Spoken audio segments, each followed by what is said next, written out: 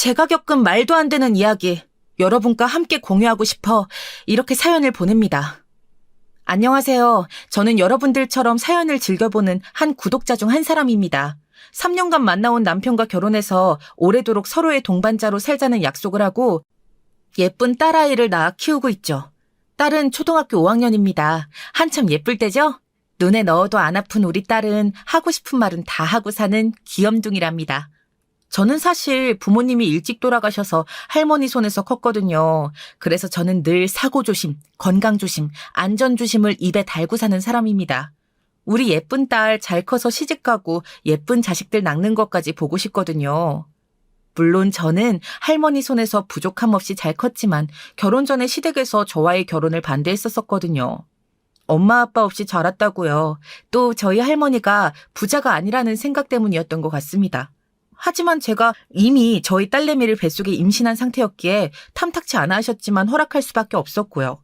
그런 상황에서 저는 굳이 저희 할머니에 대해 더 설명을 덧붙이지 않았습니다. 저희 할머니에 대해 이야기하지 않아서 생긴 이 말도 안 되는 사연을 여러분들에게 이야기해드리고 싶어서 이렇게 사연을 보내봅니다. 저는 어릴 때부터 외할머니께서 저를 혼자 키워주셔서 할머니가 저의 유일한 가족이고 엄마고 아빠였습니다.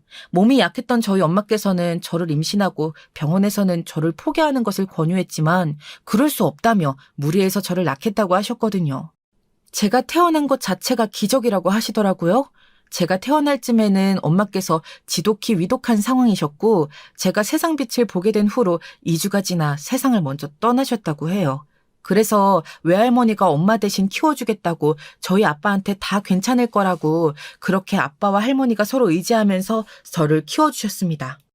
그러던 어느 날 제가 초등학교도 들어가지 못한 나이에 아빠께서 배달 일을 하다가 그만 불의의 교통사고로 하늘나라로 떠나가셨답니다. 계속되는 이별과 고통 속에서 할머니는 씩씩하게 저를 부족한 것 없이 키워주시려고 정말 최선을 다하셨습니다. 저는 그 덕분에 지금처럼 잘 자랄 수 있었고요. 할머니께서는 생활비를 벌기 위해 폐지 줍는 일을 하셨습니다. 그래서 시댁에서 저를 더욱 탐탁치 않아 했었죠. 어릴 때부터 저는 친구들이랑 놀다가도 5시만 되면 골목에서 폐지를 줍는 저희 할머니를 따라다니며 동네를 돌 때면 항상 어수룩해지기 전 노을을 함께 바라보게 되었어요.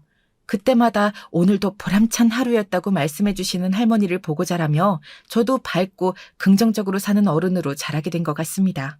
저는 지금도 여전히 할머니를 가장 소중하게 생각하고 할머니와 함께 밥 먹고 수다 떠는 것이 가장 큰 행복이라고 느낍니다. 그래서 따로 독립하지 않고 할머니와 계속 살고 있었어요. 남편과 결혼을 결심하고 신혼집을 구하기 전까지도 쭉 할머니와 함께 살고 있었습니다. 할머니, 저 왔어요. 보고 싶었어요. 잘 지내고 계셨죠? 일이 늦게 끝나서 이제 왔네요. 많이 기다리셨어요? 우리 예쁜 소녀딸 주미가 왔어. 이 할미 보고 싶어서. 그럼 잘 지냈지. 할미도 우리 주미 보고 싶어서 힘들었다는 것만 빼면 잘 지냈어. 우리 고여사님도 참 못 말려요. 오늘은 폐지 줍느라 안 힘드셨어요? 매일 똑같이 하는 건데 뭐가 힘들어. 이것도 힘들면 이제 누워서 죽어야지 안 그냐? 오늘은 저녁으로 뭐 먹고 싶은 건 있고. 우리 고여사님께서 주시는 건 뭔들 안 맛있겠어요. 다 좋아요. 에이, 매일 하는 일이어도 힘들고 아플 수 있잖아요. 그럴 때는 언제든지 병원부터 가세요. 돈 걱정은 하지 말고요. 저도 열심히 벌고 있잖아요. 난 우리 할머니밖에 없는데 할머니한테 효도해야지. 효도 다 할 때까진 죽고 싶어도 못 죽어요. 아이고 무서워라. 병원 한번 가면 뭐 병원비가 말도 못하게 나올 텐데 굳이 가서 병을 발견하는 게 무슨 의미가 있겠니? 그저 주어진 운명대로 살아가는 거지. 주어진 대로 살아가기만 해도 바쁜 세상이지 않냐? 이 할미는 괜찮으니까 우리 주미는 주미가 행복한 거에만 신경 쓰고 그러면 된다. 알겠지? 고여사님도 참 아낄 게 따로 있죠. 다른 건 다 아껴도 병원비는 아낄 생각 마셔요. 그런데요, 고여사님. 어제 제 남자친구 보고 어땠어요? 어제 만났잖아요. 후기가 궁금한데 왜 아무 말씀도 안 하시는 거예요? 저는 우리 고여사님께서 마음에 안 든다고 하면 이 결혼 다시 생각해 볼 생각이란 말이에요. 그만큼 저한테 고여사님이 엄청 중요한 분이시라고요. 아니, 그게 뭐 내가 마음에 안 든다고 주민이가 내 말을 듣겠냐 싶어가지고 그냥 관상이 좀 부모한테 기눌려서 하라는 대로만 하고 살아온 사람인 것 같아서 사람이 본인이 스스로 움직이는 게 아니라 시키는 것만 하고 소극적으로 굴면 조금 그렇지 않니? 그래서 뭐 그런데 그거 빼고서는 사람 자체는 착하고 순한 것 같긴 하더구나. 그런데 귀가 좀 얇아 보여. 뭐 그런데 아직 더 봐야지. 그 부모가 어떤 사람들인지가 중요할 테니. 주민어는 언제 남자친구네 부모님 뵈러 가는 거냐? 맞죠. 그래서 저도 빠르게 보는 게 좋을 것 같다는 생각을 했어요. 역시 우리 고여사님이랑 저는 정말 찰떡궁합 환상호흡이라니까요. 이렇게 또 마음이 통했잖아요. 빠른 시일 내로 보기로 했어요. 저 잘했죠? 그래, 잘했다. 우리 손녀 남자친구네 부모님 잘 뵙고 오고 할미랑 또 이야기하자꾸나. 저는 직장에서 만나 3년간 비밀 연애를 해온 남자친구와 함께 결혼 이야기가 오고 가고 있었고 정식으로 할머니를 먼저 뵙고 그 다음에 남자친구 부모님을 찾아뵐 계획이었습니다. 할머니께서 남편에 대해 관상이 조금 소극적이고 귀가 팔랑귀인 것 같고 너무 순에 빠진 것 같다는 이야기를 하셔서 사실 조금 찔렸습니다. 아니라고 못하겠더라고요. 남편은 마마보이 기질을 조금 가지고 있는 그리고 부모님 말씀이라면 거절하지 않고 따르는 착하고 순에 빠진 순두부 같은 사람이었거든요. 물론 저는 그런 점이 더 매력적으로 보였고 사랑에 빠져 이 착해 빠진 남자와 3년을 만나며 한결같은 모습을 보고 결혼을 결심한 것이었습니다. 시부모님과 만났을 때는 이미 제가 뱃속에 딸을 가진 상태였고 남편이 저희 집 사정에 대해 잘 이야기해 놓은 상태라서 엄청 극적인 상황은 일어나지 않았습니다. 난 현성이 엄마 되는 사람이에요. 홀몸도 아니라고 들었어요. 아휴, 일단 앉아요. 여보도 한마디 해요. 난 현성이 아빠 되는 사람이에요.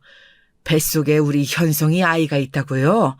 부모님은 일찍 돌아가셔서 할머니 손에 컸고 가정 형편도 그렇게 넉넉하지 못했던 거 다 이야기 들어서 알고 있어요. 그러니 너무 긴장하지 말고 식사 맛있게 하고 가요. 네, 처음 뵙겠습니다. 저는 현성 씨 여자친구 이주미라고 합니다. 잘 부탁드릴게요. 말씀 주신 것처럼 제 뱃속에 아이가 있어요. 이 아이를 현성 씨와 함께 평생 책임지고 싶어서 이렇게 결혼 허락 받으려고 왔습니다.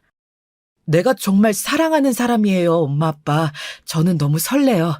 제가 몇 달 뒤면 아빠가 되는 거잖아요. 주미야, 내가 대부분 불편할 만한 것들은 다 얘기해놨어. 편하게 식사하면 돼. 그렇지, 엄마, 아빠?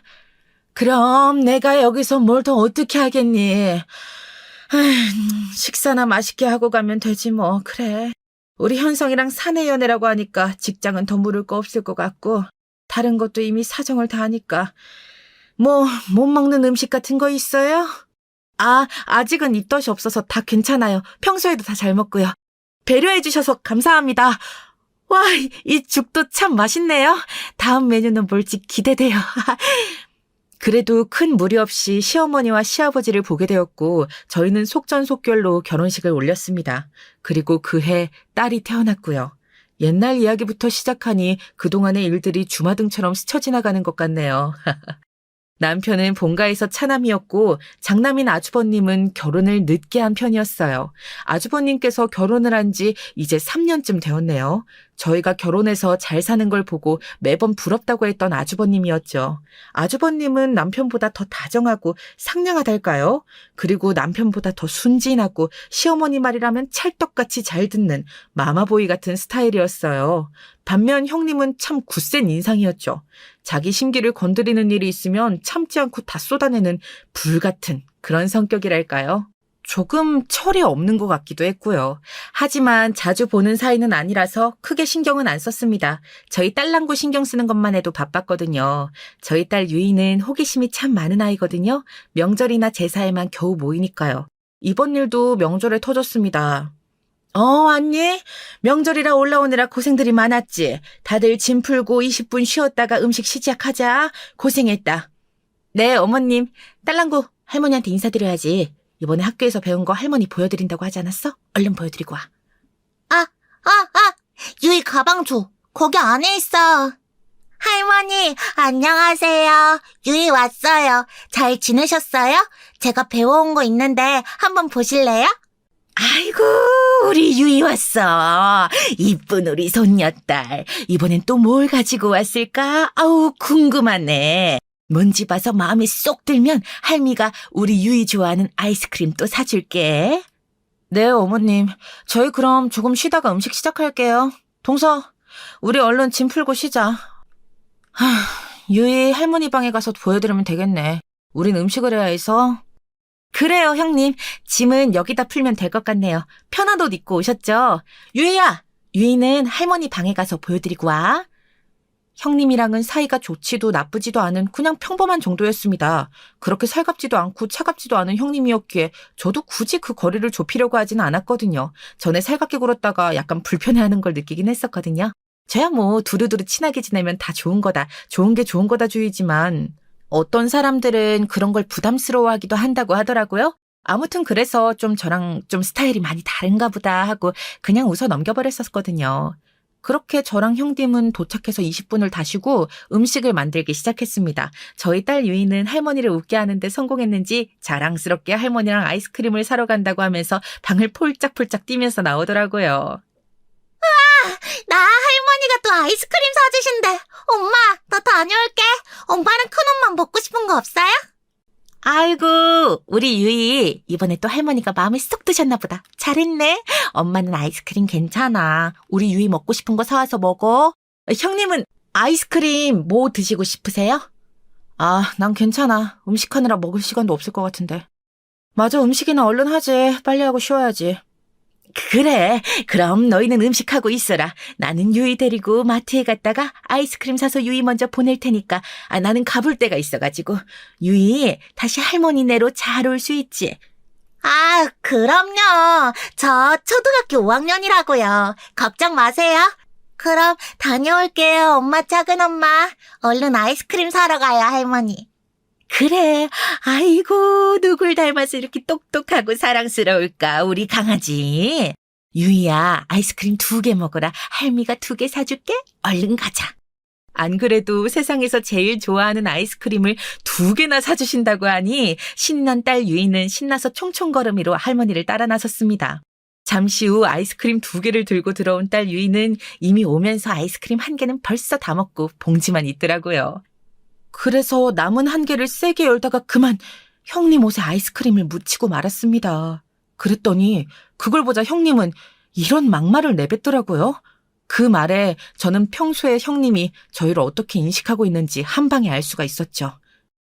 아이씨, 거지년 딸이라 그런지 개념도 없네. 아이스크림을 먹을 거면 좀 얌전히 먹든가. 넌 가난해서 교육도 제대로 못 받았니? 큰엄마, 그건 아닌데요? 뭘 잘 모르시나 본데 우리 엄마가 큰엄마 가게 건물주예요. 거지는 우리 엄마 건물에서 기생해서 사는 큰엄마가 거지죠. 제가 뭐라고 할 새도 없이 저보고 거지년이라고 말하는 소리를 듣자마자 평소에 할 말은 당당하게 하는 저희 딸이 조그맣게 말을 내뱉어버렸죠.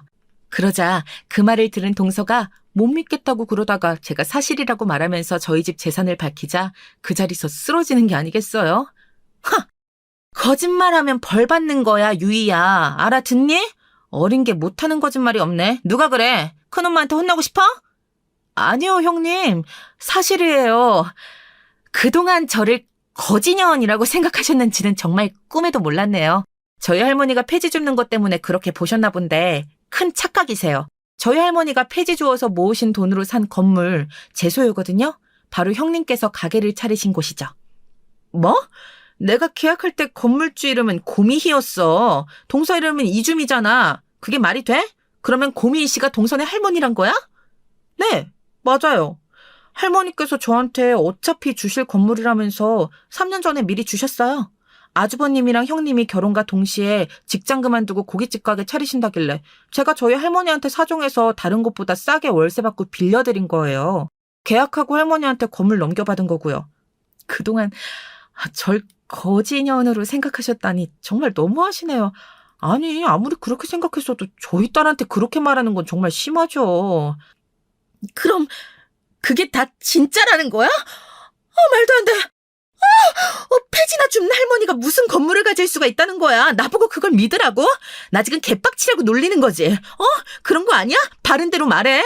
진실이 아니라고 믿고 싶은 건 알겠는데 참 추하네요, 애 앞에서. 유이야, 넌 들어가서 아이스크림 마저 먹고 있어. 어른들끼리 얘기하게. 나도 알 거 다 아는데.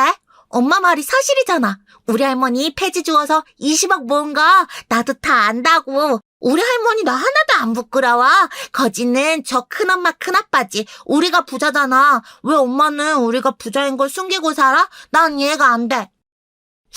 김유희, 엄마가 그렇게 말하지 말랬지? 얼른 들어가서 아이스크림 다 먹어.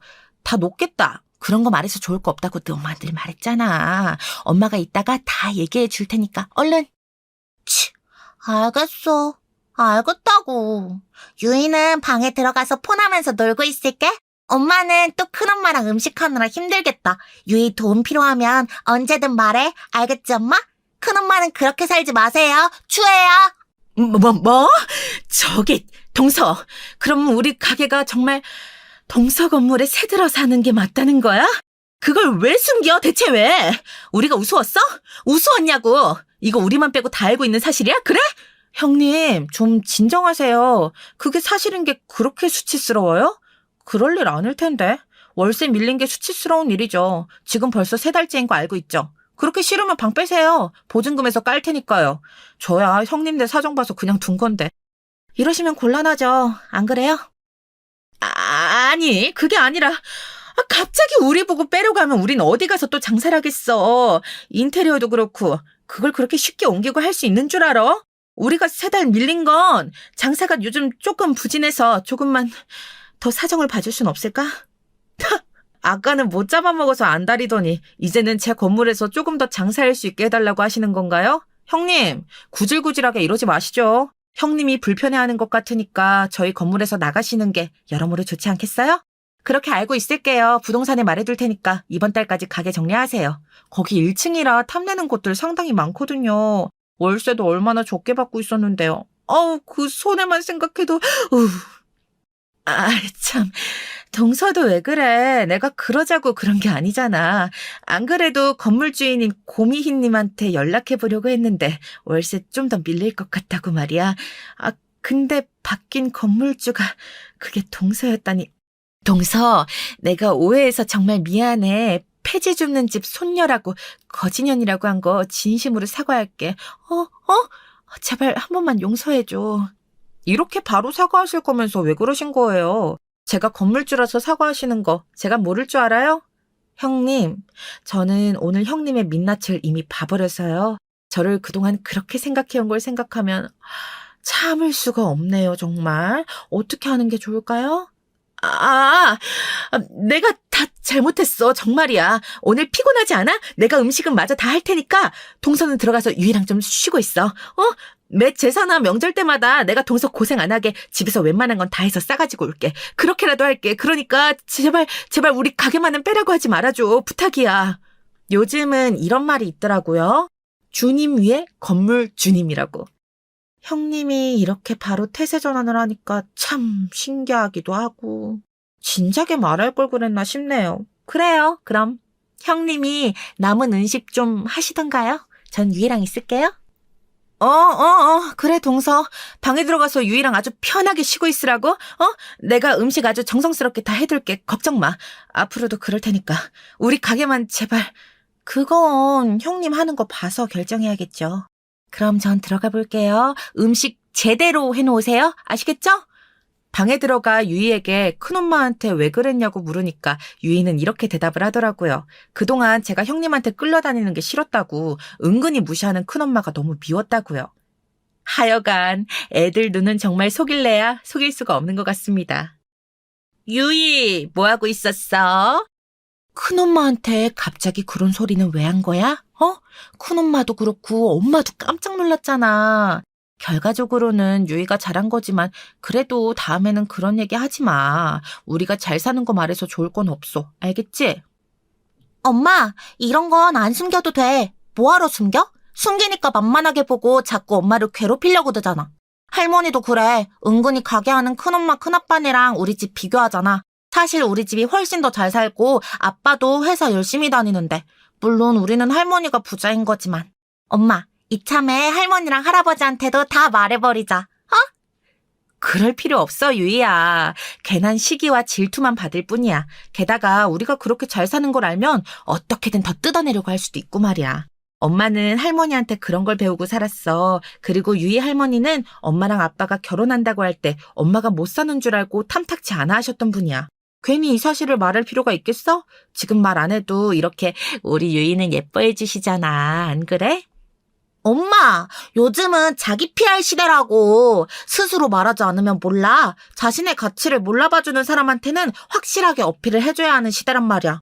우리 할머니도 엄마 은근히 무시하는 거 내가 모를 줄 알고?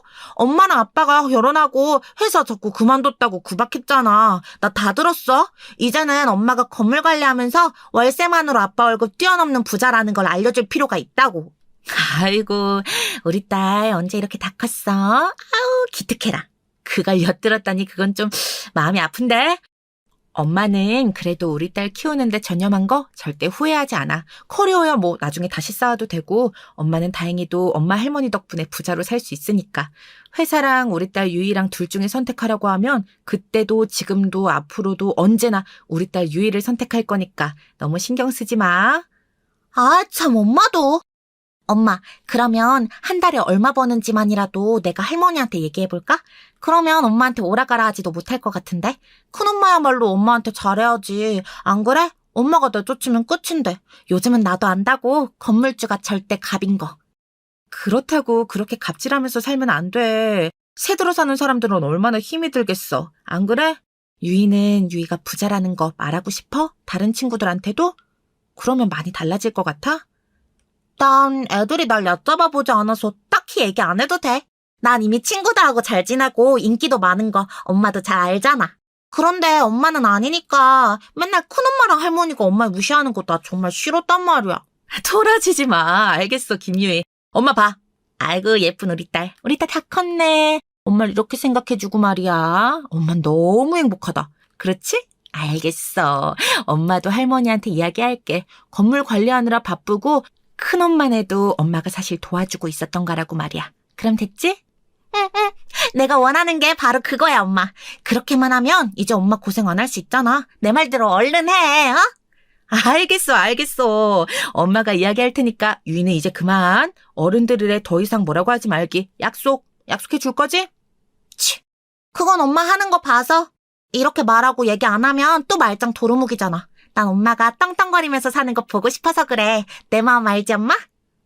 정말 저희 딸은 누구를 닮아서 이렇게 똑똑해진 걸까요?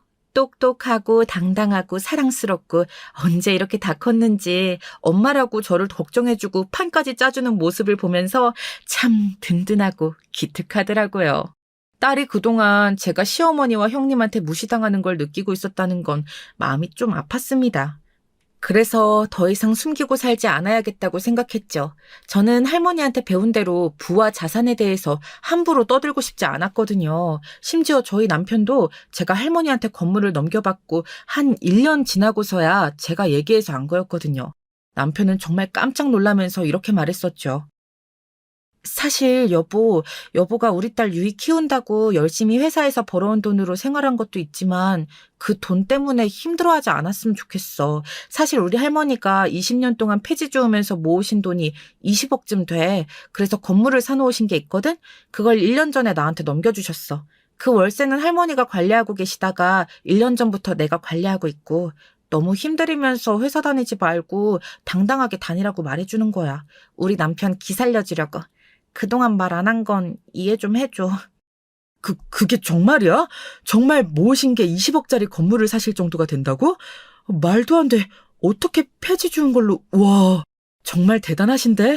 난 정말 몰랐어. 그래서 우리 집에서 당신이랑 결혼 탐탁치 않아 하실 때도 아무 말 못했었는데, 진작 말해주지 그랬어. 난 그것도 모르고 당신네 폐지 주운 걸로 부유하지 못하게 살았다고 했거든. 지금도 우리 본가에서는 그렇게 알고 계시고 나도 그랬고.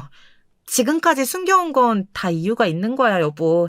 난 사실 이게 내 재산이라는 생각을 잘 안 하고 살아왔어. 할머니가 평생을 어렵고 힘들게 모으신 거잖아. 내 거가 아니라 할머니 거지. 그래서 할머니 가시기 전에 최대한 많이 쓰고 가셨으면 좋겠는데 이제 너무 기력이 쇠하셔서 그러지도 못하셔. 안타까울 뿐이야. 이걸 밝힌다고 여보가 나를 대하는 태도가 달라지지 않듯 난 어머님, 아버님한테도 그러길 바라고 있어. 그래서 밝히지 않은 거야. 이런 내 마음 이해돼? 할머님께서 다 누구 위해서 그렇게 악착같이 모으고 열심히 사셨겠어. 다 여보 주려고 우리 딸 유이 넉넉하게 살라고 그런 거 아니겠어? 그 마음 몰라드리는 것도 죄야, 죄. 난 여보가 아니라서 사실 100% 이해가 된다고는 못하겠어. 난 여보한테 거짓말하기 싫으니까. 그래도 여보 뜻이라면 우리 본가엔 이야기 안 할게. 그럼 되는 거지? 응. 그것만 그렇게 해주면 아무 문제 없어. 아, 그리고 아주버님네 가게 그거 우리 할머니 건물에서 하고 있는 거야. 그것만 알고 있어. 내가 아주버님네 생각해서 다른 곳보다 지금 훨씬 적게 월세를 받고 있어. 그런데 건물주가 나로 바뀐 걸 알면 얼마나 불편하겠어. 입장 바꿔서 생각하면 답 나오지.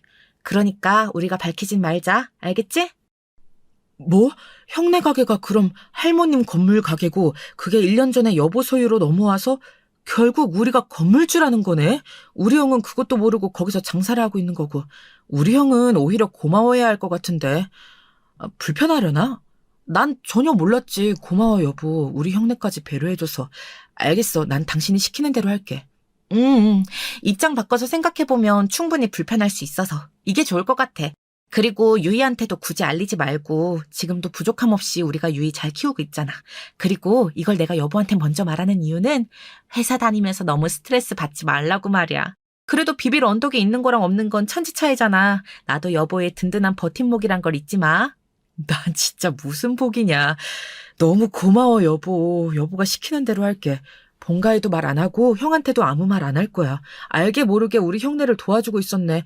고마워. 나중에 알게 되면 분명히 형네도 여보한테 고마워할 거야. 그렇겠지? 그때 가서 감사 인사 세게 받아보지 뭐. 아무튼 여보, 회사 다니느라 고생이 많아. 이렇게 우리가 안정적으로 잘 살아온 건 당신의 공이 커. 유이도 봐봐. 얼마나 잘 크고 있어.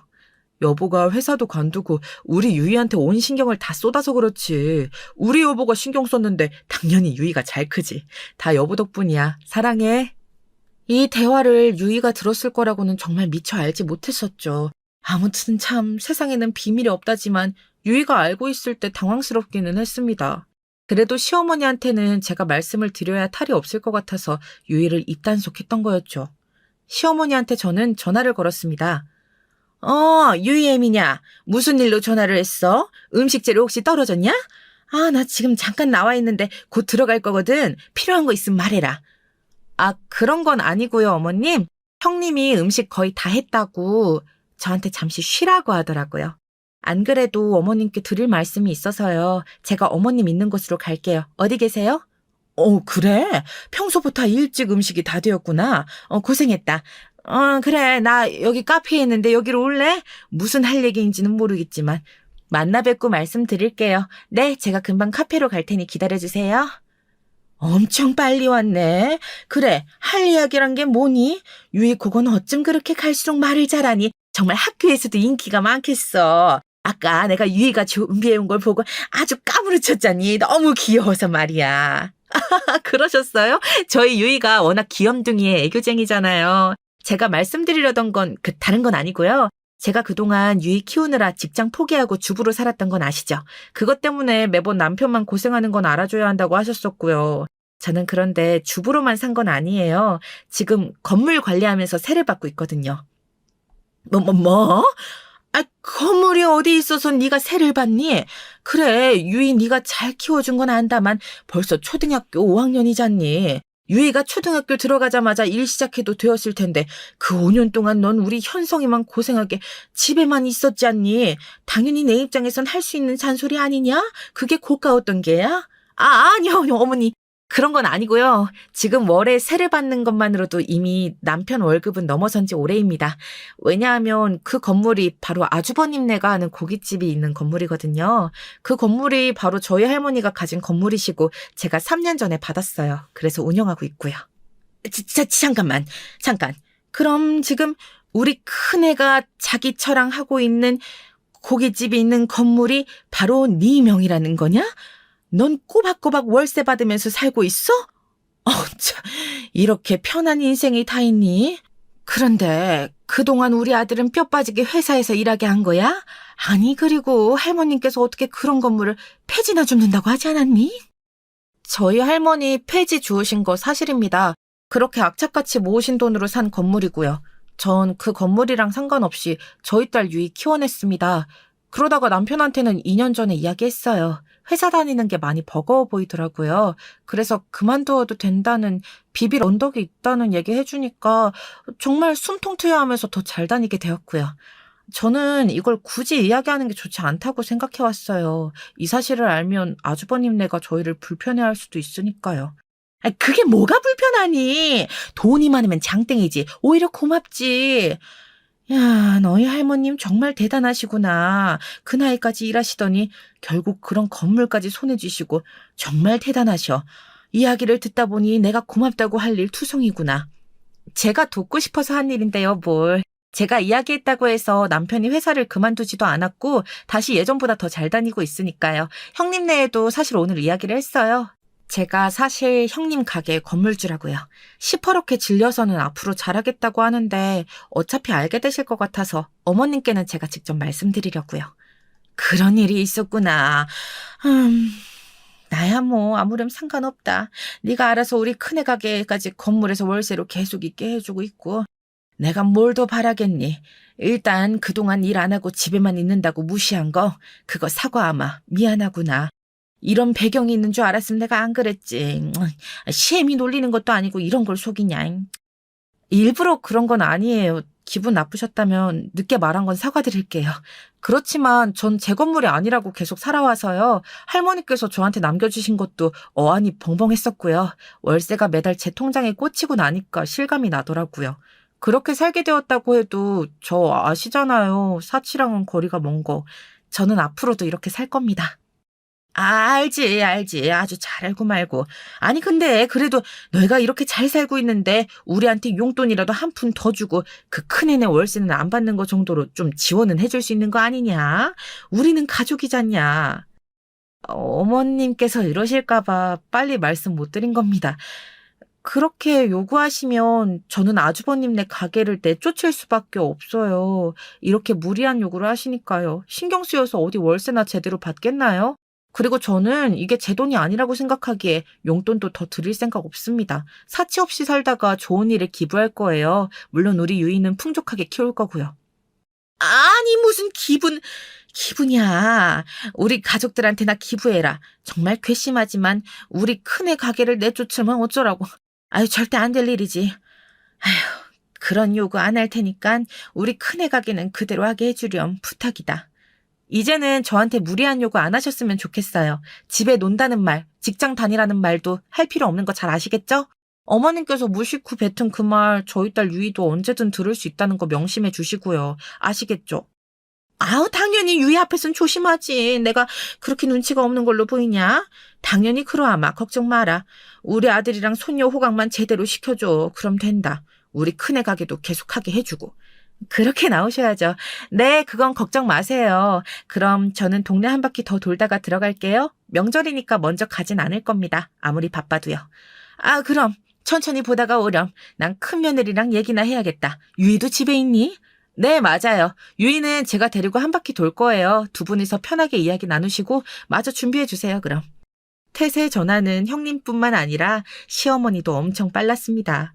저는 딸 유이에게 드디어 시어머니한테도 제가 어떤 부를 가지고 있는지 이야기했다고 말해주려고 유이를 데려나왔습니다. 유이는 기다렸다는 듯이 폭풍 질문을 쏟아내더라고요. 유이가 똘망똘망한 눈으로 저를 쳐다보면서 표정이 좋은 걸 보니 잘 얘기한 것 같다면서 기뻐하더라고요. 엄마, 잘 얘기했어? 큰엄마 완전 죽상이 돼서 음식 열심히 만들던데? 방금 음식 다 만들었어. 그런데 바로 할머니가 와버렸네. 둘이 무슨 얘기했어요? 엄마가 건물주인 거 말했죠? 엄마 얼굴이 확 핀 거 보니까 좀 알겠네. 엄마 잘했어. 아주 칭찬해. 좀 더 자세하게도 말해줘. 조금 천천히 유이야. 아직 집 근처잖아. 그래, 내가 어떻게 우리 딸 유이를 속이겠어. 성공적으로 잘 말씀드렸어. 할머니께서도 이제 엄마 무시 안 하실 거야. 큰엄마네 가게가 엄마 건물에 있다는 것도 알게 되셨고 말이야. 역시 봐봐 엄마. 말하길 정말 잘했지? 엄마 정말 잘했어. 이제야 좀 제대로 돌아가네. 원래 이게 맞는 거지. 아빠가 큰아빠보다 동생이라서 그런 것도 아니고 엄마가 못 산다고 생각한 건 진짜 너무 별로잖아. 안 그래? 제대로 복수해준 기분이 어때, 엄마? 진작에 우리 딸 말 들을걸. 너무 통쾌하던데? 할머니도 그렇고 큰엄마도 그렇고 이제 엄마한테 찍소리도 못해. 우리 딸이 그런 것 때문에 마음 아파하고 있을 줄 알았으면 진작에 엄마가 얘기하는 건데. 미안해, 우리 딸 마음고생 시켜서. 난 엄마 딸이라 늘 행복한데 뭐가 미안해. 난 오히려 엄마가 당당하게 말하고 당당하게 행동하니까 너무 좋은걸? 나도 진작에 엄마한테 다 안다고 얘기할 걸 그랬나 봐. 이제라도 안 늦었지 뭐. 사실 엄마는 우리 유이가 말 안 했으면 아마 지금까지도 말 안 했을지도 몰라. 유이가 오늘 큰엄마한테 얘기한 건 정말 잘한 거야. 이제는 그런 감정 안 느끼게 해줄게. 정말이야. 역시 우리 엄마 최고! 우리 엄마 믿어. 우리 엄마가 짱이야, 짱! 유이랑 한 바퀴 돌면서 이야기하고 오니까 명절 지낼 준비는 다 되어 있더라고요. 퇴근 후 남편이 와서 뭔가 달라진 분위기를 눈치채고는 어떻게 된 거냐고 물었고 저와 유이는 말없이 그저 웃기만 했습니다. 남편도 기분이 좋았는지 그냥 넘어가더라고요. 집에 가서는 유이가 남편에게 털어놓았죠. 영웅담을 들려주듯이 말입니다. 아빠, 내가 오늘 있었던 일 다 말해줄게요. 오늘 글쎄 큰엄마가 엄마한테 거지년이라고 해서 제가 못 참겠다 하고 다 말해버렸어요. 큰엄마네 가게가 우리 엄마 건물에 있다고요. 그랬더니 큰엄마가 기겁을 하면서 뭐? 그런 일이 있었어? 거지년? 이건 진짜 내가 못 참는다. 잘했어, 우리 딸. 근데 우리 딸은 그걸 어떻게 알고 있었어? 아빠는 너무 당황스러운데? 우리가 2년 전에 하는 얘기를 다 들었나 봐. 아, 이래서 애들 있을 땐 한마디라도 조심해야 된다니까. 우리가 그동안 유이를 너무 어리게만 본 거지. 다 알아듣고 다 판단할 나이인데. 나 이번에 유이한테 제대로 배웠다니까? 할 땐 확실하게 해줘야 한다는 거. 그치, 유이야? 엄마가 그래서 할머니하고 큰엄마한테 다 말해가지고 그래서 명절 준비도 많이 안 하고 나랑 놀았어. 엄마 잘했지? 나도 잘했지, 아빠? 이야, 우리 딸 아주 잘했네. 그래, 엄마 괴롭히면 큰엄마도 할머니도 안 되는 거지. 유이가 잘했어. 아빠도 진작에 말하고 싶었는데 너희 엄마가 하도 말려서. 드디어 나도 채증이 내려가는 것 같네. 잘했어. 다들 고맙네요. 이건 모두 엄마 할머니 덕분이잖아. 내일은 엄마 할머니네 가서 감사하다고 꼭 하자. 알겠지? 김유희, 이번엔 특급 애교 필살기 많이 준비했지? 당연하지. 엄마도 참 걱정할 거 걱정해. 나는 서비스 확실하게 한다고. 우리 엄마가 부자인 게 다 누구 덕분인데 나는 우리 왕할머니가 제일 좋고 존경스럽다고. 우리 할머니가 엄청 좋아하시겠네. 꼭 그 말 내일 왕할머니한테 똑같이 해드려야 해. 알겠지, 유이야? 다음 날 할머니를 찾아뵈었는데 유이가 재롱 떠는 걸 보면서 어찌나 행복해 하시던지요. 유이가 왕할머니를 제일 사랑하고 존경한다고 했더니 눈물까지 보이시더라고요. 제가 더 잘해드려야 하고 애교도 많이 부렸어야 하는데 이제는 제 딸이 대신 해주니까 참 고맙고 보기 좋더라고요. 어릴 때부터 저를 혼자 키우시느라 평생 고생만 하신 할머니인데 더 자주 찾아뵙고 더 많이 사랑한다고 이야기해야겠어요. 제가 엄마처럼 딸 유이를 가졌을 때 몸이 약했거든요. 그때 제가 저희 엄마처럼 먼저 가버릴까 봐 옆에서 얼마나 매일같이 챙겨주시고 만난 거 해주시고 그러셨는지 갑자기 그때 생각까지 나더라고요. 이제는 알겠습니다. 왜 저희 엄마가 절 포기하지 않고 자기가 죽을 수 있다는 걸 알면서도 저를 낳았는지 말이죠. 저희 엄마처럼 제가 태어난 것 자체가 기적일 만큼 위급하지는 않았지만 저도 힘들게 우리 딸 유이를 낳았거든요. 이렇게 큰 사랑을 받고 훌륭하게 커서 또 이렇게 예쁘고 똑똑한 유이를 잘 키울 수 있었던 것도 모두 할머니께서 제게 주신 사랑 덕분인 것을 말입니다. 너무 잘 알겠더라고요. 계속되는 이별과 고통 속에서도 할머니께서 저를 씩씩하게, 저를 부족한 것 없이 키워주신 것처럼 저도 사치하지 않고 우리 딸 유이를 정말 최선을 다해 열심히 키우려고 합니다. 저를 폐지 줍는 할머니 밑에서 자랐다고 거지라고 생각하고 무시하고 깔보던 형님과 시어머니는 태도를 180도 바꿔서 아주 편하게 요즘 지내고 있고요. 특히 형님은 월세도 슬슬 더 올려볼까요? 저희도 언제까지 손해만 볼 수는 없잖아요. 라고 한마디 던지면 아주 그냥 저희 집에 와서 청소까지 해줄 기세로 납작 엎드려서 싹싹 빌곤 합니다. 형님이 그런 마음을 가지고 있는 줄 진작 알았다면 아주 그냥 진작에 호되게 협박해줬을 텐데 말이죠. 뭐 지금이라도 이렇게 알고 제대로 형님과 시어머니한테 대접받고 있는 게 다행이라고 생각하렵니다. 우리 딸 유이를 봐서라도 제가 조금 더 참으려고요. 여러분이 저라면 어떠셨을 것 같으신가요? 댓글로 남겨주고 싶은 말씀 많이 남겨주시면 제가 사연 보내고도 한동안 여운이 깊게 남을 것 같습니다. 저희 사연이 여러분들에게 즐거움과 감동을 주는 시간이 되었길 바라면서 이만 마치겠습니다. 사연 들어주셔서 감사합니다. 좋은 하루 보내세요. 안녕하세요. 저는 이제 70이 된 사람입니다. 항상 남의 이야기 듣기만 하다가 제가 겪었던 일도 한 번쯤 털어놓고 싶어서 사연을 보내봐요. 저는 좀 일찍 결혼해서 딸 셋을 낳았어요. 사실 제가 젊었던 시절만 하더라도 남아선호 사상이 굉장히 심해서 아들을 못 낳은 게 좀 한이 되었었지요. 게다가 저희 시댁이 굉장히 보수적인 집안이기도 했고요. 남편도 아들을 무척 바랐기 때문에 딸 둘을 낳고 더 이상 낳지 않으려다가 결국 셋째를 낳았는데 또 딸이었던 거였어요. 그래서 결국 딸 셋을 낳고서 살게 되었죠.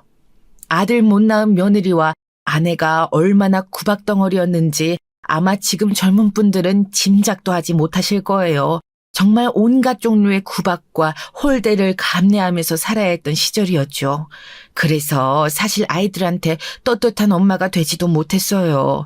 제가 너무 시댁과 남편한테 구박을 받다 보니까 아이들한테 좀 스트레스를 풀었던 것 같아요.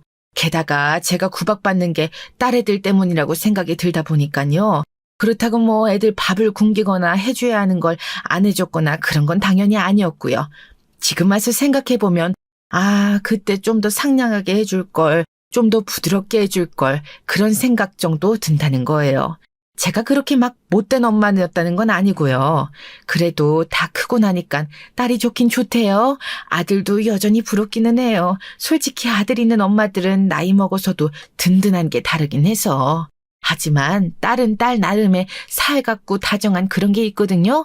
딸이 셋이나 되다 보니까 저희들끼리 모여 의논해서 저 신경 써주는 일도 많고 그래서 제가 의지가 되는 면도 있고요. 게다가 제가 남편을 나이 50쯤에 잃었거든요. 남편이 저하고 동갑이었는데 암에 걸려서 오랫동안 앓다가 세상을 떠났어요. 시댁에 암 걸린 어르신들이 많아서 가족력이 있었겠거니 하고 있기는 해요. 앓는 동안 저도 고생을 많이 했지만 딸들도 제 아버지 수발 드느라고 고생을 제법 하기도 했어요. 게다가 치매인 시어머니도 계셨던 시절이라서 딸들이 더 고생을 많이 했었죠. 그래도 시아버지는 짱짱하셔서 한참 오래 더 사셨어요. 제가 62살 먹었을 때 돌아가셨으니까 시어머니보다 거의 10년 이상 더 사셨었죠. 아들도 먼저 보낸 양반이 어찌나 건강하고 아착 같으신지 암 걸린 남편과 치매 시어머니 모시던 시절보다야 덜했지만 연세 잡순 시아버지 모시던 시절도 만만찮게 힘들기는 했어요. 남편과 시어머니라는 방어벽이 없어서 더 힘들었었던 것 같기도 하고요. 저희 시어머니는 치매 걸리기 전까지는 의외로 시아버지보다 덜 날카롭고 구박도 덜 하셨던 분이었거든요. 시아버지가 호랑이처럼 굴며 막아주시기도 하고요.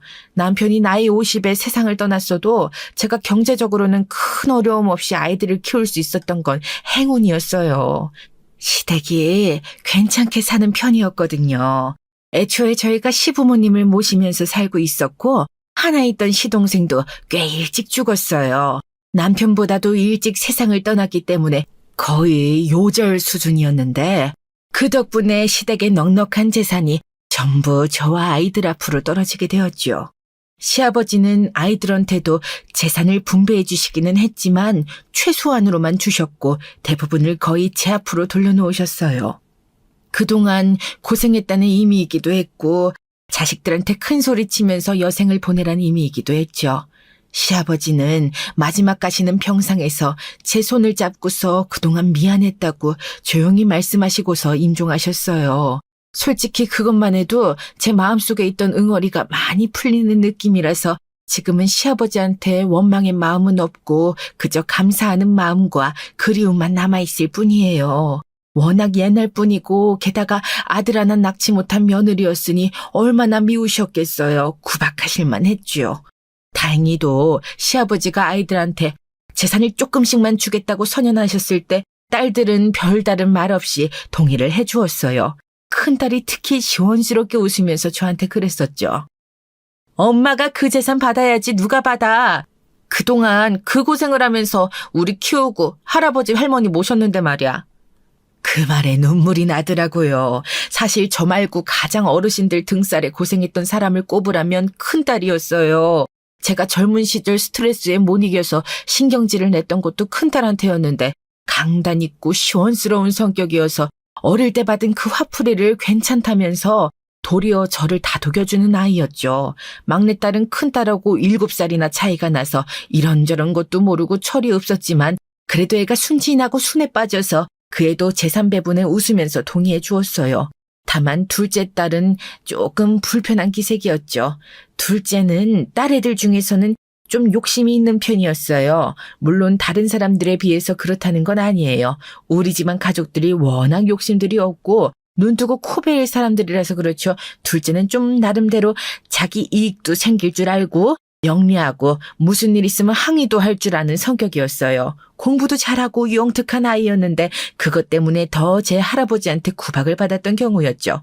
시아버지는 여자애가 잘나고 공부를 잘하면 집안이 망한다고 믿는 분이었거든요. 물론 연세 드셔서 세상이 달라졌다는 걸 알고 나서는 안 그러셨지만요. 그 때문에 둘째는 대학원도 못 가고 유학도 가지 못했어요. 시아버지가 계집애를 그런 데 보내는 게 아니라고 펄펄 뛰셔서요. 아마 둘째가 그때 마땅찮은 얼굴이었던 건 할아버지의 결정이 못마땅해서라기보다는 할아버지 자체를 싫어해서였을지도 몰라요. 어떻게 보면 당연한 일이죠. 시아버지 당신께서 말년에는 인정하셨던 것처럼 절대로 저희 모녀한테 너그러운 분은 아니셨으니까요. 게다가 자기한테 돌아올 돈을 조금만 준다고 하니까 더 그랬을 수도 있고요. 그렇지만 그래도 둘째 딸도 제 딸이었어요. 어차피 엄마 죽고 난 후에 너희 세자매한테 갈 돈인데 대체 누굴 주겠니 하면서 제가 운을 떼자 납득하는 얼굴이었거든요. 큰애와 막내도 둘째를 설득했죠. 어차피 지금 당장 크게 돈 쓸 일도 없고 때 되면 엄마가 다 주실 거라는 말에 둘째는 고개를 끄덕거렸어요. 그래서 무사히 별다른 다툼 없이도 제가 거의 모든 시가의 돈을 상속받았고 나머지를 조금씩 아이들이 나눠 가졌죠. 그런데 큰딸은 미리 결혼을 했기 때문에 둘째와 막내가 모를 때 미리 돈을 조금 떼어주었어요. 그리 잘난 사위가 아니었고 큰딸도 그렇게 돈을 잘 모으지 못했기 때문에 시작을 무척 힘들게 했거든요. 시아버지가 돌아가셨을 땐 이미 큰딸은 결혼해서 꽤 지난 상태였고 여전히 그리 넉넉치 않게 살아가고 있었죠. 사실 엄마 된 마음에 안쓰러울 수밖에 없잖아요. 그래서 좀 크게 떼어서 큰딸내가 아파트로 이사갈 수 있을 만큼을 나눠줬어요. 물론 둘째하고 막내한테 줄 돈은 남겨놓았고 큰딸한테도 미리 말은 해뒀어요. 너희가 지금 당장 돈이 필요하니까 미리 주는 거다. 때 되어서 둘째랑 막내한테 줄 때는 네 몫은 없다라고요. 큰딸은 고마워하면서 당연하다고. 자기는 욕심 안 낸다고 하면서 기쁘게 돈을 받았어요. 뭐 큰딸이 미리 받을 걸 받았을 뿐이니 저도 그 애도 전혀 문제가 없다고 여겼었죠. 그런데 다른 두 딸은 그게 아니었나 봐요. 아니 둘째가 아니었던 거겠죠? 둘째 딸은 결혼을 좀 늦게 했어요.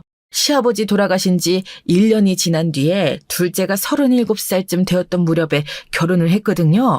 시아버지 편찮으실 때도 이미 남자가 있기는 했는데 그때는 언제 돌아가실지 몰라서 일단 상을 치르고 결혼을 하자 하고 말이 되어서 미뤄진 거였어요.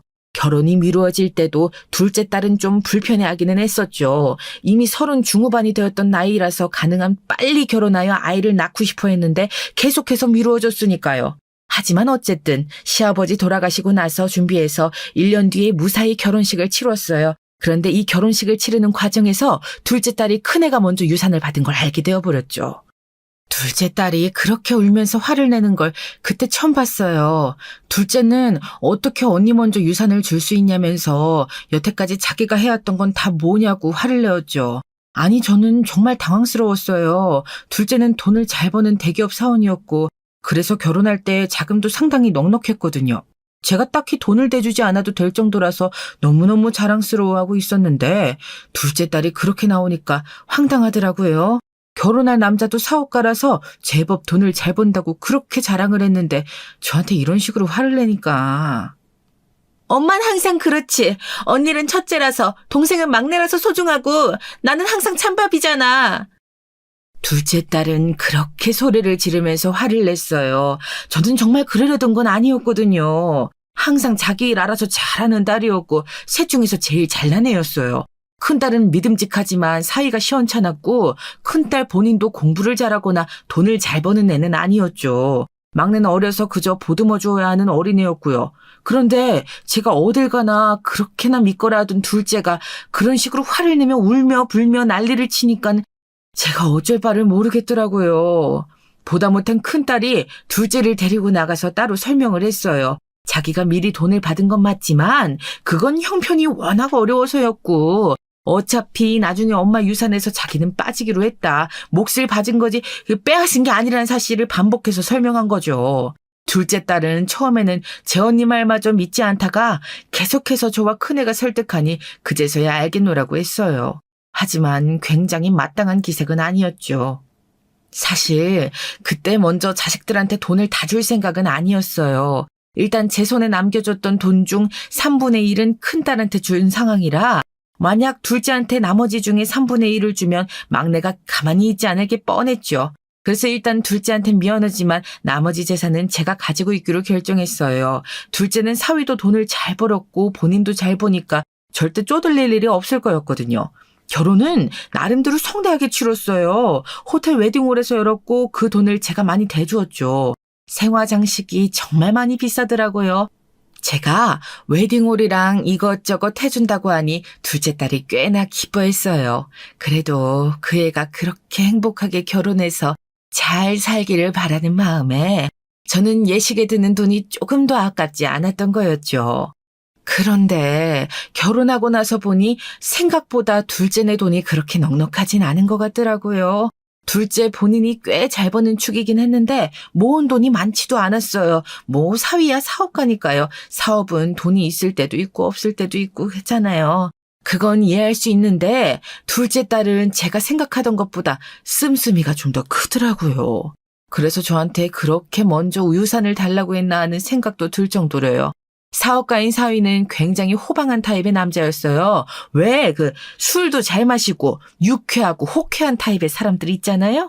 사실 사업가는 그래야 사업을 잘할 것 같았고 사위 자체가 저한테도 굉장히 잘했기 때문에 저는 무척 마음에 들어했어요. 사위는 저희 집에 올 때 선물 같은 것도 조금도 돈을 아끼지 않고 써서 고급스러운 물건들로 들고 왔고 둘째한테도 정말 다정다감하게 잘하는 남자였죠. 딸엄마들 입장에서 그보다 더 뭘 바라겠어요. 그야말로 최고의 사윗감이었던 거죠. 둘째는 예민하고 섬세한 타입의 아이였는데 그렇게 호방하면서도 다정한 사람을 만나서 참 다행이었어요. 그런데 문제가 생기더라고요. 그렇게 제 둘째 언니까지 결혼하는 걸 보고 나서 막내딸이 유학을 가고 싶다고 하더라고요. 아니, 물론 제 언니들보다는 많이 어리지만 유학을 갈 정도로 어리진 않았어요. 그런데 막내는 자기는 결혼 안 할 거니까 결혼 자금을 미리 달라고 지금 당장 아니면 유학 평생 못 할 거라고 떼를 쓰더라고요. 솔직히 기가 막혔죠. 아니 제 둘째 언니도 사실 할아버지 성화에 가로막혀서 장학금도 받을 수 있었던 유학을 포기해야 했었거든요. 그 과정을 지켜본 애가 갑자기 이 늦은 나이에 유학을 가겠다니 대체 무슨 소리인가 싶었어요. 하지만 막내딸은 저한테 굉장히 약점이나 다름없는 아이였거든요. 제일 어린 딸이었고 아들을 기대하던 할아버지가 딸로 태어난 막내한테 정말 좀 심하게 대해 막내는 결국 울기까지 하면서 저한테 몇 날 며칠을 호소했어요. 자식 이기는 부모 있나요? 저는 결국 두 손 두 발 다 들고서 네 마음대로 해라 하고 그냥 주기로 결정했어요. 하지만 둘째 딸한테는 절대 이야기하지 않아야 한다고 약속에 약속을 받았죠. 둘째 딸한테까지 돈을 줘버리면 저는 정말로 한 푼도 얻게 되는 거거든요. 막내딸은 결국 그 약속을 하고서 얼른 돈을 받아서 유학을 가버렸죠. 뭐 다 좋아요. 큰딸은 지방에 내려가서 살고 있었고 막내는 유학을 떠나버렸고 작은 딸은 서울에서 독립해서 가정 이루고 살고 있고 그나마 제일 가까이에서 그나마 나은 사정으로 살고 있는 게 둘째 딸이었어요. 문제는 제가 그 이전부터 무릎이 많이 아팠다는 거였어요. 나이 드신 여성분들은 거의 다 동감하시겠지만 사실 무릎 아픈 건 거의 대부분이 겪는 일이잖아요. 저도 뭐 그 정도로 생각하고 있었는데 이게 보통 일이 아니더라고요. 한쪽 무릎이 아예 썩어 문드러지는 것처럼 아파서 견딜 수가 없었어요. 혼자 일어나고 앉기조차 힘든 상황이 되어서 병원에 갔더니 왜 이제야 왔냐고 퇴행성 관절염이 너무 심해서 인공관절 수술을 해야 한다고 하더라고요. 별 수 있나요? 인공관절 수술을 해야 했죠. 인공관절 수술 해보신 분들은 알겠지만 보통 일이 아니에요. 무릎뼈를 인공관절로 대체하는 것이니 당연하긴 한데 와 정말 이 수술 첫날 고통이 견딜 수 있는 게 아니더라고요. 처음에는 큰딸이 와서 병원에서 제 간호를 해줬어요. 하지만 그것도 잠깐이지 큰딸은 생계 때문에 본인도 나가 일을 해야 해서 오랫동안 시간을 낼 수 없었거든요. 일주일 만에 집으로 퇴원해야 하는데 혼자서 모든 일을 해야 한다고 생각하니 눈앞이 아찔해질 정도였죠.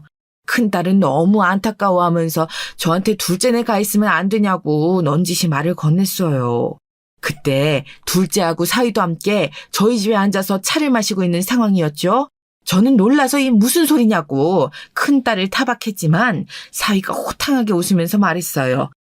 가시죠, 장모님. 제가 진짜 잘 모시겠습니다. 너무 염려하지 마세요. 아니 그럼 내가 너무 면목이 없지. 내가 지금 집안일도 못 해주고 아무것도 해줄 수가 없는데. 장모님도 저희 부모님이시잖아요. 당연히 잘 모셔야죠. 사위는 걱정 말라는 듯이 웃으면서 저를 다독였어요. 둘째 딸은 도리어 좀 냉담한 표정이었지만 딱히 반대는 하지 않았죠. 저는 정말로 면목이 없었어요. 사실 큰딸과 막내한테 모두 유산을 나눠주고 둘째한테만 아직 안 줄 상태였거든요. 그리고 둘째한테 돈을 주면 정말 저한테 남는 게 없어서 이 이야기를 하기도 망설여졌어요. 둘째는 가볍게 한숨을 쉬고서 이마를 문지르더군요. 사실 엄마 병원비도 이의가 냈어요. 엄마 돈 많다고 그럴 필요 없다고 했는데 굳이 그걸 자기가 내겠다고 하더라고. 당연하지. 어떻게 장모님 병원비를 직접 내시게 내버려둘 수가 있어. 고마워요, 제부. 엄마, 둘째 내서 잠깐 신세 좀 져요. 엄마 뭐 다리만 다 나으면 되잖아. 아니요. 그냥 저희 집에서 쭉 계셔야죠. 어떻게 이제 서울에 혼자 남으신 장모님을 따로 계속 사시게 둡니까? 말도 안 되는 소리를 한다는 듯이 사위가 그렇게 말했어요. 저는 정말 너무 고맙더라고요. 사실 큰딸은 마음은 있어도 사정이 어려워서 올 수가 없었고 막내는 저 혼자서라도 어떻게든 하고 싶은 거 다 해보겠다고 외부로 나간 상황에서 저는 너무 외롭고 막막하기는 했거든요. 게다가 다리 수술까지 하고 나니 아예 거동조차 하기가 힘든 상황이었고요. 앞으로 살아갈 일이 캄캄한 상황이었죠. 사위는 사업차 약속이 있다면서 먼저 나갔고 큰딸은 이제 집에 내려가 봐야 한다면서 기차표 시간이 되어서 떠났어요. 둘째 딸하고 저만 남은 상황에서 둘째가 망설이는 듯 하다가 입을 열더군요. 엄마, 그 유산 말이야. 혹시 나한테 지금 먼저 주면 안 될까? 전처럼 격양된 말투는 아니고 차분한 말투였어요. 제가 왜냐고 묻자 둘째가 그러더군요. 사실 저희 사업이 좀 어려워서 엄마 모시자고 호방하게 이야기는 하는데 우리 사정이 그렇게 좋은 편이 아니거든 지금. 유산 주시면 우리가 엄마 정말 잘 모실게요. 어쩐지 좀 그런 것 같기는 하더라. 많이 힘들었던 거구나. 솔직히 둘째 딸이 좀 안쓰럽기는 했어요. 세 딸 중에 제일 철도 들었고 말수도 적은 애였죠. 반면 이악스럽고 영악한 구석도 있어서 제가 제일 경계하는 아이이기도 했지만 그래도 딸인걸요. 사업이라는 게 워낙 이랬다 저랬다 하기 때문에 당연히 사위 사업도 마찬가지일 거예요. 게다가 저는 남자답게 시원시원한 성격의 사위를 무척 좋아했기 때문에 당연히 사업이 어렵다면 도와줘야 한다고 생각했었죠. 그래 뭐 어차피 네가 받을 거 네 명의로 돌려주마. 저는 한숨을 쉬고서는 그렇게 말했어요. 둘째와 사위가 저렇게 저를 모신다고 하는데 심지어 사정이 어려운데도 그렇게 먼저 말해주었는데 어떻게 제가 유산을 주지 않는다고 하겠어요. 원래부터 제 돈도 아니었고 시아버지가 물려주신 돈이었는데 말이죠. 원래 아이들에게 가야 할 돈이라고 생각하고 있었거든요. 게다가 솔직히 큰애와 막내에게 모두 돈을 준 상황에서 둘째한테 안 줬다가 혹시라도 걸리는 날에는 정말 인연이 끊길 것 같다는 생각도 들었어요. 둘째는 무척 기뻐했어요. 시댁은 상당히 유복한 편이어서 둘째 앞으로는 그래도 서울 안에 작은 아파트 한 채와 현금 조금이 돌아가게 되었죠. 당시에는 지금처럼 아파트값이 천정부지로 올라간 것은 아니어서 그렇게까지 엄청난 금액은 아니었고요. 하지만 그래도 평범한 젊은 부부가 벌어서 모으기에는 큰 금액인 건 확실했죠. 저는 정말 제 앞으로 남은 몇 푼 안 되는 돈만 제외하고 전부 둘째 딸한테로 명의를 돌려준 뒤 둘째네로 이사를 했어요. 둘째네는 아직 아이도 없었고 해서 방 3개짜리 작은 아파트에 살고 있었거든요. 그중에 화장실이 달려있는 안방을 내주더라고요. 솔직히 처음에 정말로 고마웠어요. 엄마 다리 아프다고 결혼한 지 얼마 안 되는 부부가 안방을 내주고 작은 방에다 잔다는 게 말이에요, 이게. 둘째는 화장실이 가까워야 하지 않겠냐면서 당연하다는 듯이 반응했고 사위도 마찬가지였어요. 초반에는 참 좋았죠. 사위나 둘째나 저를 정말 가족으로 엄마이자 장모로 성심성의껏 대했어요. 그런데 그게 가면이라는 걸 알게 되기까지 미처 보름이 걸리지 않더군요. 둘째도 사위도 아침 일찍 출근을 하는데 제가 좀 자다가 애들이 출근 준비를 하는 소리를 듣고서는 안방문을 열고 나왔어요. 그때도 꽤 이른 시간이었죠. 아무것도 안 먹고 마른 입에 출근하려고 나가길래 제가 말을 붙였어요. 아유, 얘, 너 그래도 아침밥은 차려서 먹고 나가야지. 김서방도 좀 먹고. 무슨 소리야, 엄마. 요새 아침 먹는 사람이 어디 있어. 그리고 누가 차려, 그걸. 둘 다 같이 출근하니까 둘이 번갈아 차리면 되잖아. 그냥 전날 저녁 때 밥 해놓고 아침에 김하고 김치라도 꺼내서 먹고 가면 되는걸. 물론 늙은이의 참견이 못마땅했으리라는 건 알고 있어요. 젊은 사람들은 이렇게 사소한 일에 대해서 노인네가 입대는 걸 싫어하죠. 잘 알아요. 하지만 그래도 둘째 딸이 그렇게 날카롭게 반응할 줄은 몰랐어요. 그게 얼마나 귀찮은지 알아? 집에서 밥만 하는 여자가 있으면 해도 되겠지. 난 아니잖아. 그리고 방에서 나오다가 그 말을 들은 사위가 피식 웃더군요. 아, 뭐 귀찮긴 하지. 집에 있으면 소뚜껑 운전만 하니까 주부들은 잘 모르지만. 분명히 저를 두고 하는 이야기였죠. 저는 평생 동안 집에만 있으면서 식구들 뒷바라지만 했으니까요. 아침 일찍이라 둘이 다 신경에 곤두서 있는 건지 뭔지 유달리 날카로운 반응에 저는 제가 말을 잘못했나 하고 입을 다물었어요. 그리고 곧 사과의 말도 없이 둘 다 쌩하게 나가버리더군요. 가만히 생각해 보았어요. 그러고 보니 지난밤에 이상한 소리가 바깥에서 들리기는 했어요. 뭔가 다투는 소리 같기도 했고 작은 소리로 말싸움하는 소리 같기도 했죠. 혹시 둘이 싸운 다음 날 아침에 내가 쓸데없는 잔소리를 한 건가 싶기도 했어요. 그런데 이런 태도가 나아지기는커녕 점점 더 악화되더군요. 특히 사위가 심했어요. 둘째 딸은 사실 학창시절에도 신경질적이고 날카로울 때가 있어서 이해를 할 수 있었죠. 고3 때는 아주 눈 뜨고 못 볼 지경으로 신경질을 부려댔었는데 지금은 그때를 생각하면 너무너무 부드러워진 거였으니까요. 하지만 사위는 정말 제가 이 집에 들어오기 전 알던 그 호쾌하고 남자다운 사위가 맞는지 의심이 될 정도였어요. 며칠 뒤 저녁 때는 사위가 좀 일찍 들어온 날이 있었죠. 저는 거실에 앉아서 TV를 보고 있었는데 또 뭐가 거슬렸는지 전기밥솥을 열었다 닫았다 냉장고 문을 열었다 닫았다 하면서 난리 법석을 피웠어요. 그러더니 거실에 앉아있는 제가 들으라는 듯이 한숨을 푹 쉬면서 혼잣말을 했죠. 아, 집에 사람이 있는데 밥 한 톨 반찬 하나가 없네. 저는 움찔해서 혹시 나한테 하는 말인가 싶었어요. 하지만 사위는 제 쪽을 쳐다보지도 않고 곧장 작은 방으로 들어가 버렸죠. 그 뒤에 딸이 야근하고 들어왔는데 딸한테 인사를 했지만 그 애도 저를 제대로 보지도 않고 인사도 하는 둥 마는 둥 하고서 방으로 들어갔어요. 저는 점점 더 불안해질 수밖에 없었죠. 제 돈은 전부 다 딸애한테 돌려주고서 이 집에 의지하러 들어왔는데 이런 식으로 사위와 딸애가 같이 얼굴을 바꾸다니 말이에요. 아니 둘째 딸이야 원래 그렇다 치지만 사위가 완전히 달라지는 건 정말 충격이었어요. 설마 그 남자답고 유쾌했던 사람이 겨우 며칠 만에 이렇게 달라지리라고는 정말 상상도 하지 못했거든요. 그리고 한 보름이 지나자 사위는 점점 더 태도가 오만해지기 시작했어요. 제가 나와서 거실에서 앉아있는 걸 보면 노골적으로 한숨을 쉬고 지나가거나 못마땅해 하는 태도를 보이고는 했거든요. 딸하고는 둘이서 꽤나 알콩달콩 사이가 좋은 것 같은데 저한테는 보이기만 하면 눈살을 찌푸리고 못마땅해 했어요. 그러다가 결국은 저한테 건방진 태도로 이런 소리까지 했죠. 장모님, 집에만 계시면 뭐 하세요? 심심하지 않으세요? 아니, 뭐, 어쩔 수 없지. 지금 수술한 곳이 불편해서 움직이기가 힘드니까. 그래도 걸으실 수는 있잖아요? 집에만 계시면 뭐해요? 밥도 좀 하시고 하면 좋을 텐데. 사위는 낄낄 웃으면서 그렇게 말했어요. 요약하자면 집에만 자빠져 있지 말고 밥하고 빨래하고 청소도 하라는 이야기였죠.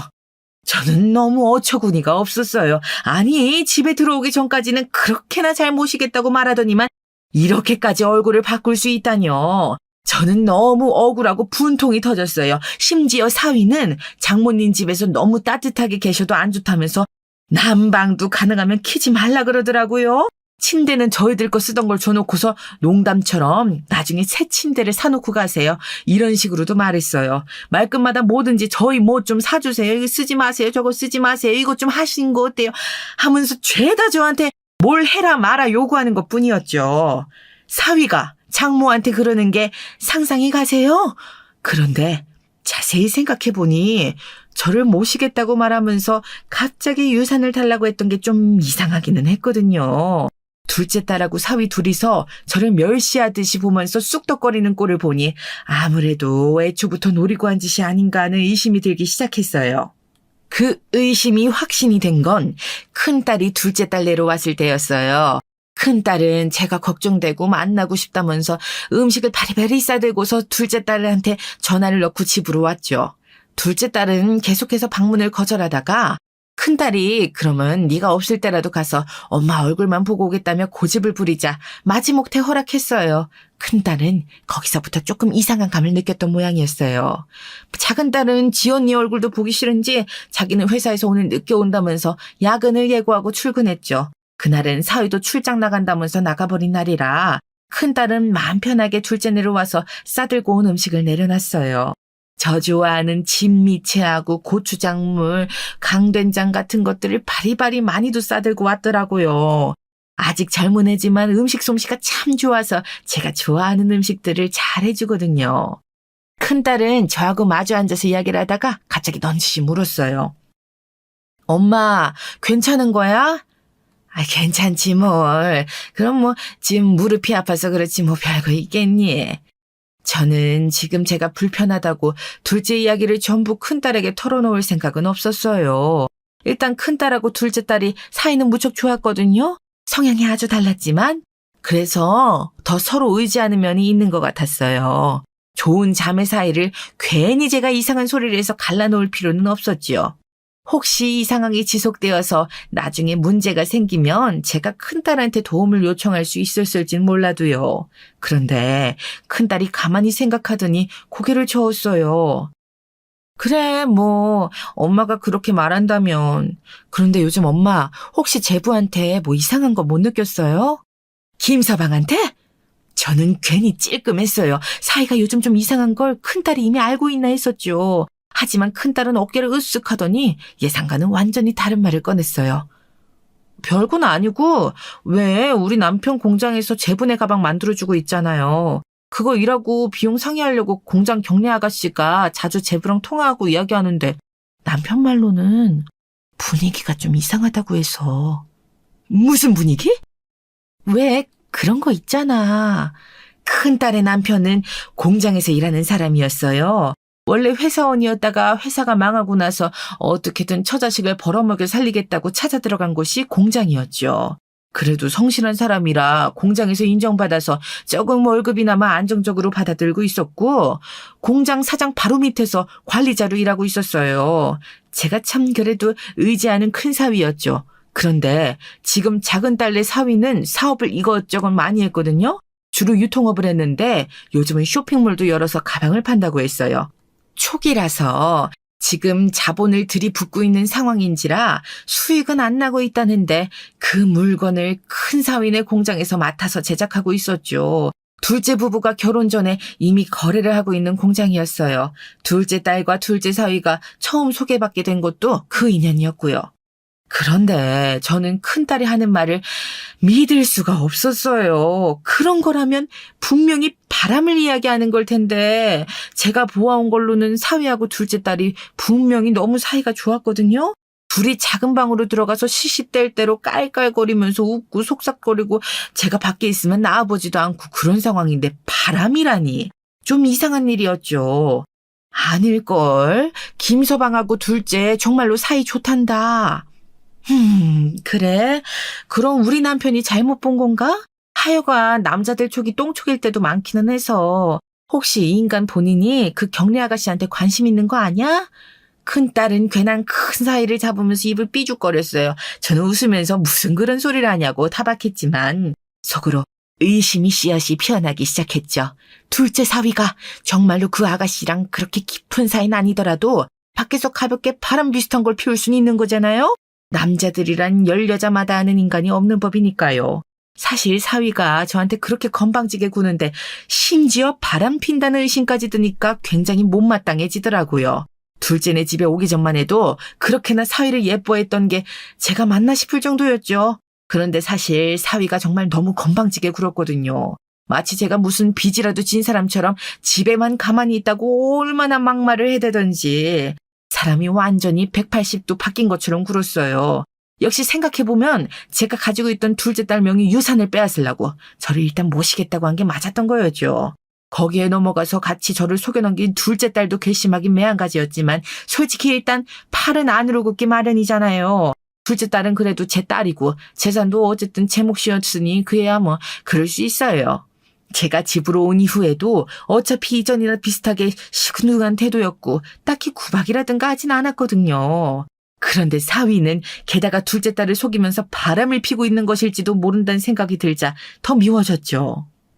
일단 의심이 들기 시작하니 모든 게 이상했어요. 사위와 둘째 딸은 세탁을 주말까지 미뤄놓았다가 주말에 코인 세탁방에 가서 해오곤 했는데 집안일을 분담해서 하기 때문에 사위가 세탁 담당이었죠. 그런데 어느 날 쌓여있는 세탁물을 제가 정말 빨래라도 해놓으려고 살펴보다 보니 사위의 셔츠 깃에 여자 화장품 자국이 있더군요. 얼굴을 비벼대지 않으면 나올 수 없는 파운데이션 자국이 심지어 목덜미끼 쪽에 있다니 의심이 더욱 깊어지는 게 당연했죠. 그래서 저는 일단 둘째 딸하고 사위한테 빨래와 청소를 제가 도맡아서 하겠다고 전했어요. 두 사람이야 당연히 기뻐했죠. 아직도 제 다리가 불편한 건 신경도 쓰지 않은 채로 말이에요. 저는 둘째 딸한테도 조금 서운하기는 했지만 사위가 노골적으로 이제 장모님이 좀 정신을 차리셨네요라고 말하는 걸 듣고는 정말 화가 머리끝까지 뻗쳐올랐어요.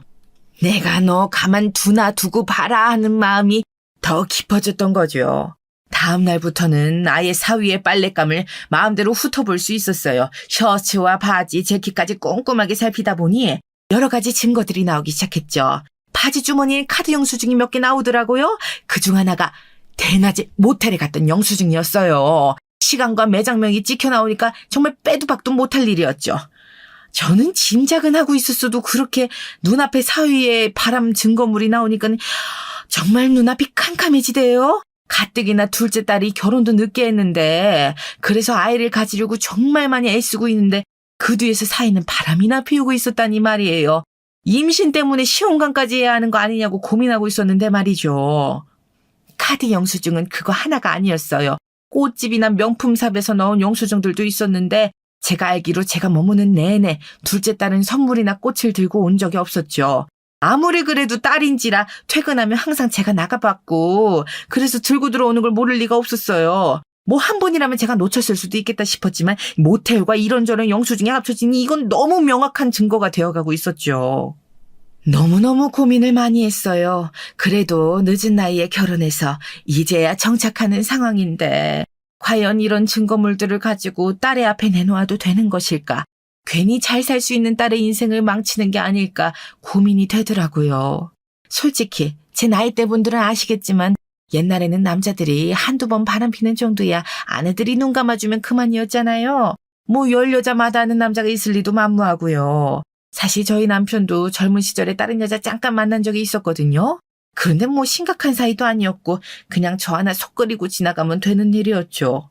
그 덕분에 저는 예쁜 딸 셋 낳고 여태까지 살고 있는 거였고요.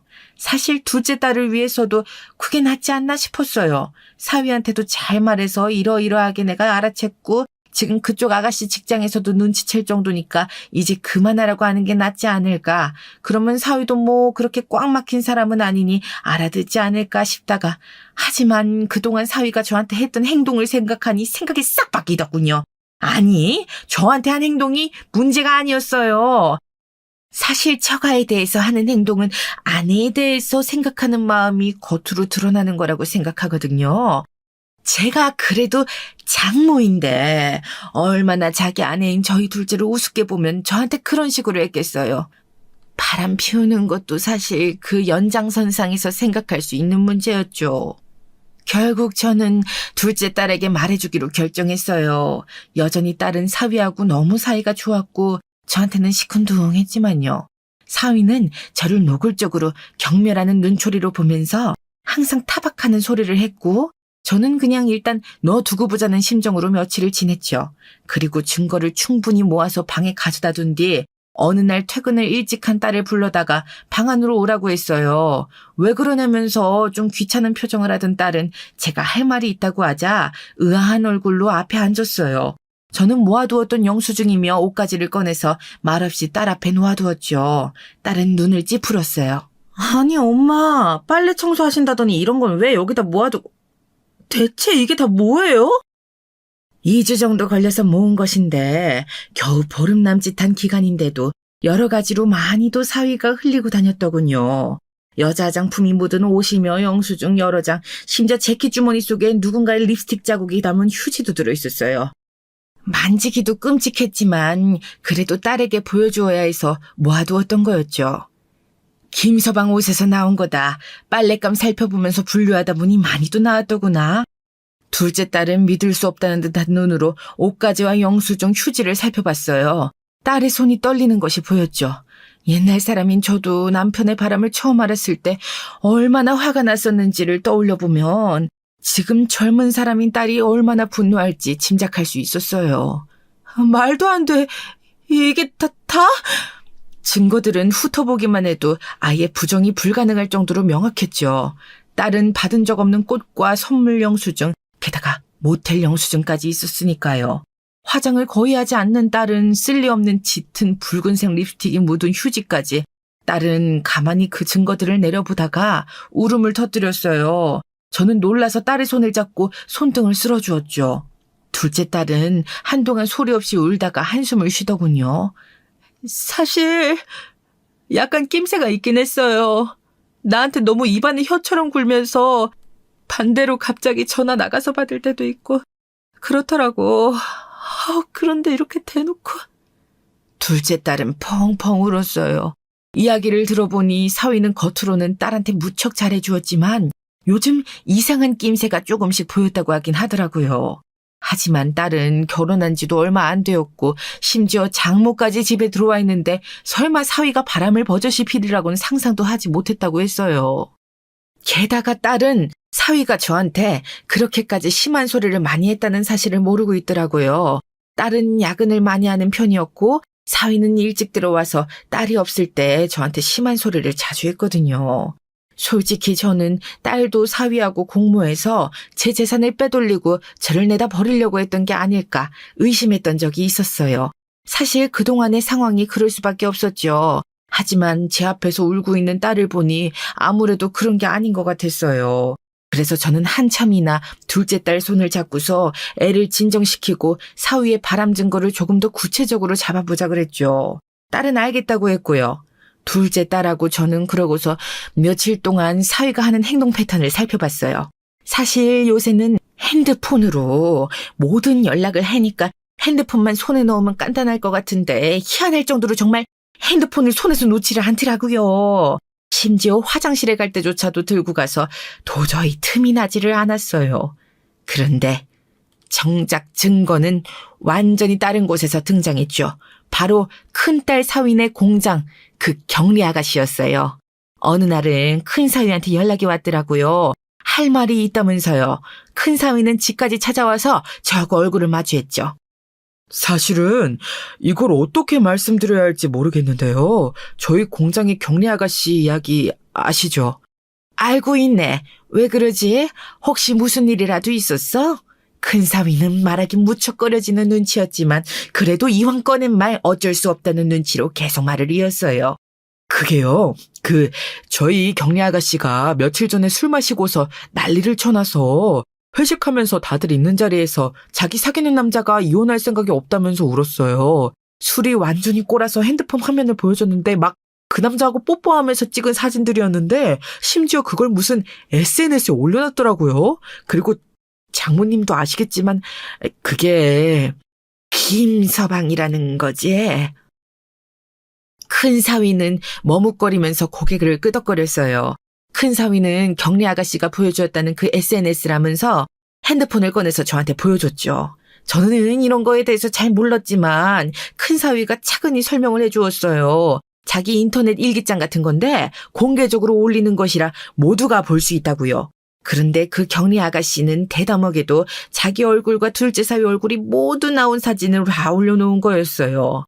저는 정말 너무 어처구니가 없었어요. 불륜하는 상간녀나 상간남이나 어차피 그 수준 비슷비슷한 건 알았지만 이런 식으로 아예 대놓고 사진까지 공개하고 있을 줄은 몰랐죠.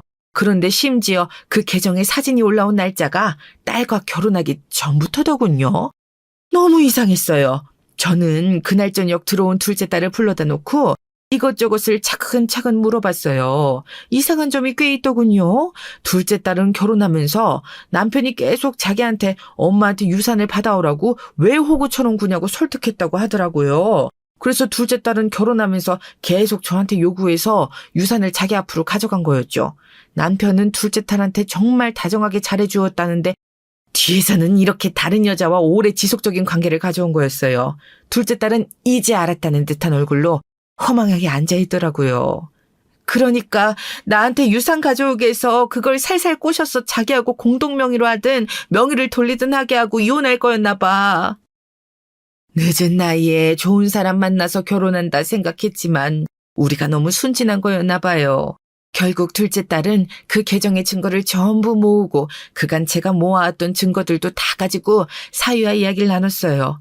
솔직히 그 이후 일은 정말 다시 생각하고 싶지도 않아요. 사위는 갑자기 장모인 제가 이 일을 모두 꾸몄다면서 저한테 책임을 떠넘기려고 했죠. 하지만 그게 먹힐 일인가요? 이미 그쪽 상간녀 공개 계정까지 우리가 다 봤는데 말이에요. 하지만 사위는 궁지에 몰려 제정신이 아닌지 절대 이혼 못한다면서 자기는 부끄러울 게 없다고 주장하고 나왔죠. 공개 계정을 보여줬는데도 그건 전에 사귀던 여자가 앙심을 품고 자기한테 해를 끼치려고 하는 거라고 말이에요. 그러면서 저와 큰 사위를 비난해댔죠. 제대로 알아보지도 않고서 자기와 딸을 이혼시키려 한다면서요. 슬슬 알겠더라고요. 정말로 사위는 딸의 돈만 노리고 있었던 거였죠. 결국 저는 큰 사위의 도움을 얻어서 그 경리 아가씨까지 만났어요. 그 경리 아가씨도 이제 둘째 사위를 못 믿는 지경에 이르러서 자기를 즐기는 데만 이용했다고 앙심을 품고 있었죠. 그 덕분에 일은 훨씬 쉬워졌어요. 결국 이혼 소송까지 가서 난리가 났지만 경리 아가씨가 모든 증거를 탓해준 덕분에 수월하게 이길 수 있었어요. 이혼 소송 자체가 꽤 오래 걸리는데 그 덕분에 거의 6개월 좀 넘는 기간에 속전속결로 끝날 수 있었고요. 진짜 가지가지 않은 짓이 없더군요.